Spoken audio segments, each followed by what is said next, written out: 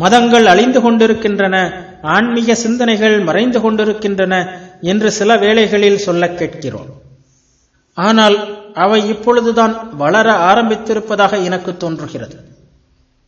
விரிவுபடுத்தப்பட்ட, தூய்மைப்படுத்தப்பட்ட மத சக்தி என்பது மனித வாழ்க்கையின் ஒவ்வொரு பகுதியிலும் ஊடுருவப் போகிறது. தேர்ந்தெடுக்கப்பட்ட சிலரிடம் அல்லது புரோகிதர்களின் கைகளில் இருந்தவரை மதம் கோயில்களிலும், சர்ச்சுகளிலும், புத்தகங்களிலும், கொள்கைகளிலும், விழாக்களிலும், உருவங்களிலும், சடங்குகளிலும் மட்டும்தான் அடங்கியிருந்தது.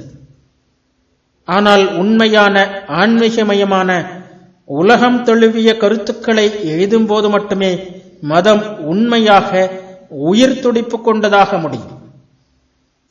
அப்பொழுதுதான் மதம் நம் இயல்போடு ஒன்றும்.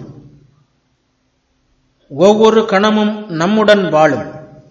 நம் சமுதாயத்தின் ஒவ்வொரு மூலை முடுக்கிலும் ஊடுருவி நிற்கும்.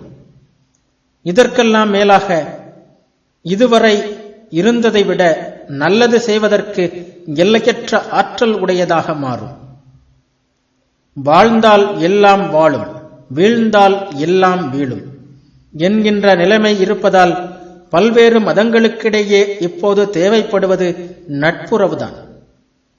இந்த நட்புறவு பரஸ்பர மதிப்பையும் மரியாதையையும் அடிப்படையாக கொண்டதாக இருக்க வேண்டும்.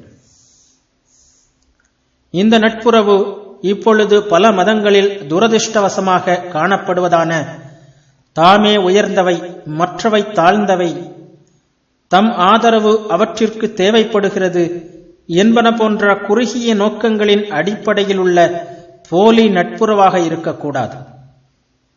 ஒருபுறம் மதத்தினுடைய செயல்பாடுகளின் ஆராய்ச்சியை அடிப்படையாக கொண்டு எழுந்த துரதிர்ஷ்டவசமாக மதம் என்ற பெயருக்கு இப்பொழுதும் தாங்களே முழு உரிமை உடையவை என்று கூறுகின்ற மத கருத்துக்கள், மறுபுறம் பூமியில் நின்று கொண்டு அதே வேளையில் வானத்தின் ரகசியங்களை தங்கள் அறிவால் ஆராய்கின்ற, அதாவது பௌதிக விஞ்ஞான கருத்துக்கள்,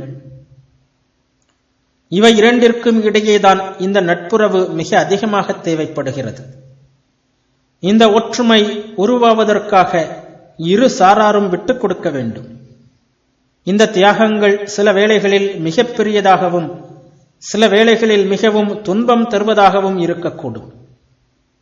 ஆனால் இந்த தியாகங்களின் மூலம் தங்கள் நிலை உயர்ந்திருப்பதையும் தாங்கள் உண்மையை நோக்கி நன்கு முன்னேறியிருப்பதையும் இவர்கள் அறிந்து கொள்ள முடியும். முடிவில் காலம், இடம், இந்த இரண்டு பரிமாணங்களின் ஆளுகைக்கு உட்பட்டு நிற்கும் அறிவானது காலம், இடம், மனம், புலன்கள் இவற்றையெல்லாம் கடந்து நிற்கக்கூடிய முழுமையான, எல்லையற்ற, இரண்டற்ற ஒன்றாகிய தத்துவத்தை அடைந்து இரண்டர கலந்துவிடும்.